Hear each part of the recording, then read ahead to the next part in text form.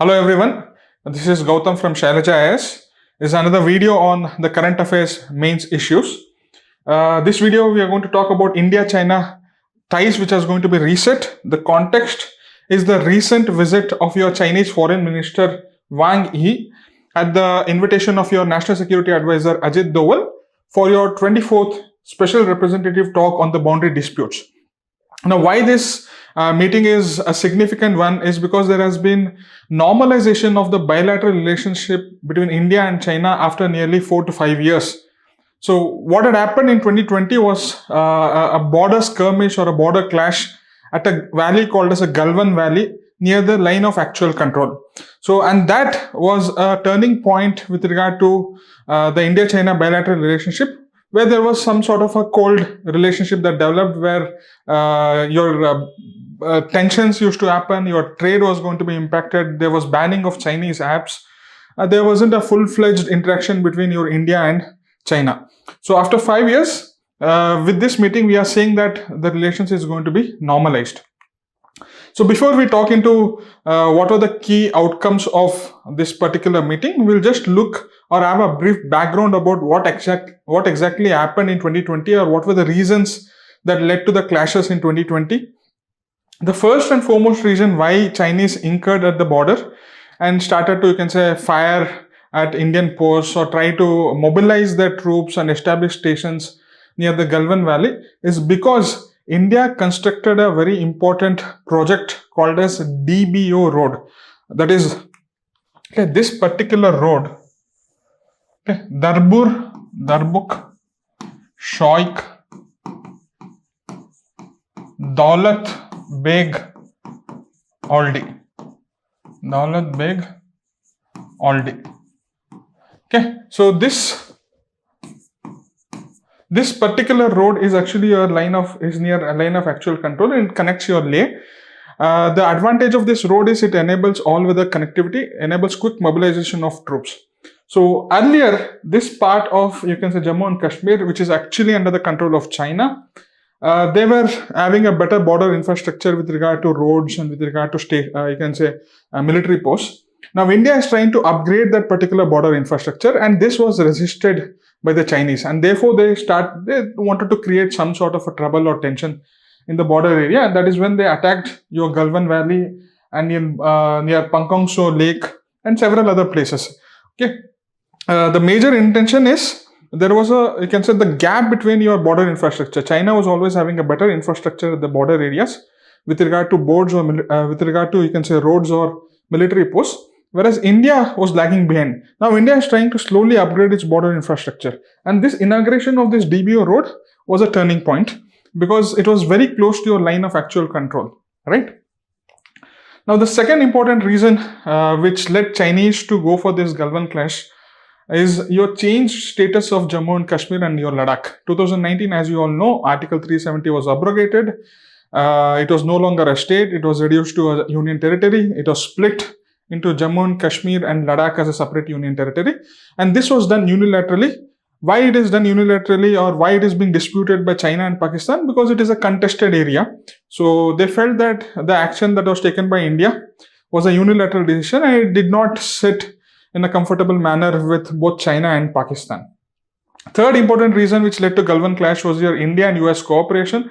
India was slowly moving towards US with regard to economic ties, with regards to energy cooperation, and with regards to strategic cooperation. India became a part or took part in initiatives called as Quad, which consisted of India, USA, Australia, and Japan. So it was more or less encirclement of China. And this was vehemently opposed by China. The Quad initiative was vehemently opposed by China. It began in 2007 and 8 itself, but it could not take off because of opposition of China. And finally, in 2020, it actually took off. And that was one of the primary reasons which led to Chinese incursion in the Galwan Valley. Fourth reasons, obviously, is your regional competition. India was increasing its economic prowess. India was trying to compete for resources and market, not only in the region, but across the world with China. And somewhere, China wanted to send a message that it is a much more stronger player in the global international politics. Fourth is a regional power dynamics. The same thing, more or less. because India started to up its game, started to construct infrastructure projects at strategic areas like in Iran called as Chabahar port, which enabled India to bypass Pakistan and reach your Central Asia and further Western Europe in a easier manner. Because of all these developments, Chinese felt it is now time to trouble India because it is doing really good. So let us create some sort of a border skirmish and border tension. So 4 to 5 years, this tension continued. There was border engagements, there were border tensions, there were firings. There wasn't a proper bilateral relationship. Now this meeting is considered as normalization of relationship because it has moved it has gone from a complete disengagement where militaries have taken back to their you can say positions. There is some sort of an understanding with regard to the bordering and patrolling. There has been a trade resumption at the border areas. Okay, so it is being started or it has been continued at Nathula Pass in Sikkim, Lipulekh Pass in Uttarakhand. This is going to be very important because this Lipulekh Pass is being contested by your Nepal as belonging to its own territory. Okay, so it's a contested territory. India claims it's as a part of its own territory. It is located in Uttarakhand. Nepal says no, it belongs to Nepal. Right, and the third is your Shipki La Pass in Himachal Pradesh. Through all these three, you can say passes, the border trade has now resumed. Direct flight has been restored between major cities, which will help boost your business and tourism. Kailash Manasarovar expansion, in the sense, Kailash, Manasarovar, and Mount Kailash is located in Tibet Autonomous Region, which is under the control of China, and it holds a very sacred pilgrimage importance for us Indians. Okay, the path is through Nepal, but the location is in Tibet. Okay, so if you want to reach that particular place, you have to get permissions and permits from your China. Earlier, they were restricted to a small number. It was in fact suspended from 2020. It resumed recently in 2025. They said that in 2026 it is going to be further expanded. So the number of tourists who can visit this Kailash Manasarovar Yatra or who can undertake this Kailash Manasarovar Yatra, now they're going to increase it in the coming batches. Okay, so it's like a goodwill gesture from your China with regard to allowing Indians and respecting the sensitivity associated with your Kailash Manasarovar. There has been visa relaxations that enables quicker movement of personnel between India and China, more importantly for your tourism and business activities. There was, you can say, a discussion with regard to the export restrictions. China was restricted its supply on fertilizers, restricted its supply on rare earth minerals, and restricted its supply on boring machinery, which is important for your infrastructure and road construction projects. Now there has been discussions that has been started with regard to relaxation of, you can say, the norms that China had initially imposed on it. Okay. And there has been acceleration with regard to your boundary talk resolution. So they say that, okay, we'll continue to engage in border discussions and we'll try to resolve nearly 3,500 kilometer long border that is between India and China. So these are some of the concrete outcomes of the visit. Okay, Prime Minister Modi also said that he is going to meet President Xi Jinping even during the Shanghai Cooperation Organization Summit. Chinese ambassador actually condemned US tariffs that has been imposed on India.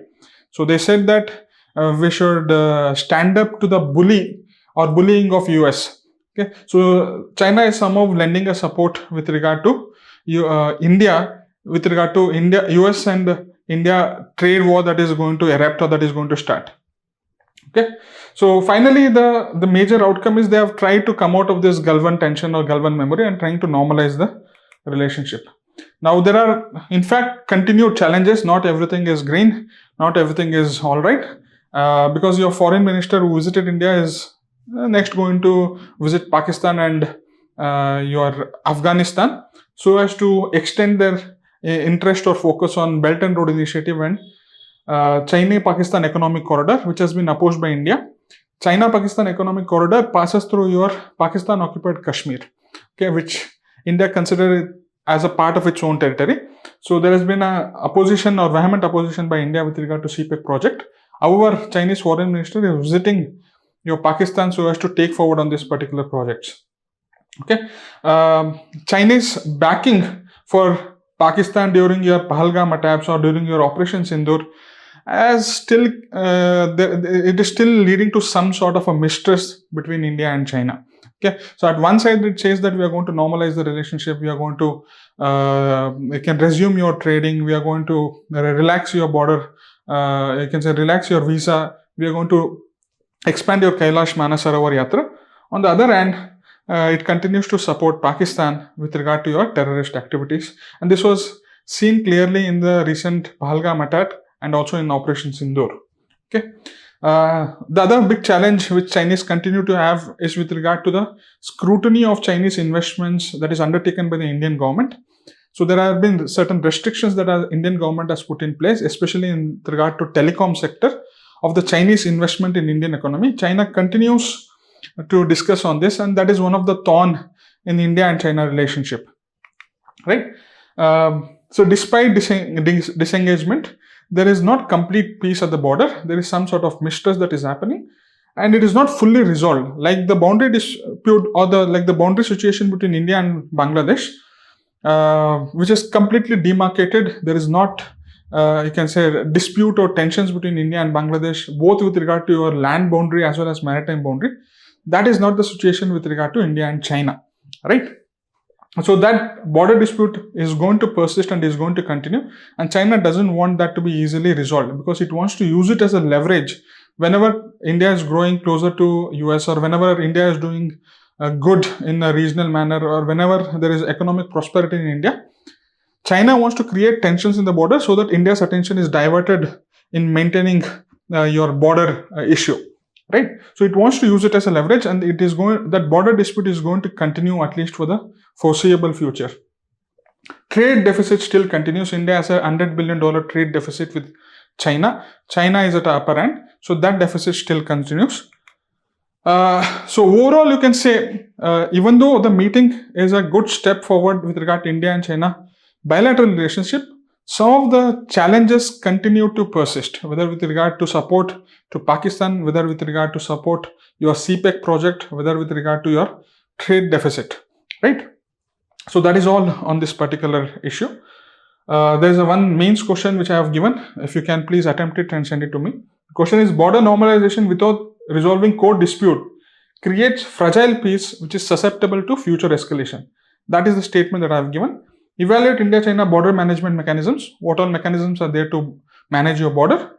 And you can say the sustainability. It means that they are asking you to talk about the shortcomings in these mechanisms. So you can attempt this question and you can send it to me either on WhatsApp to this number or to email.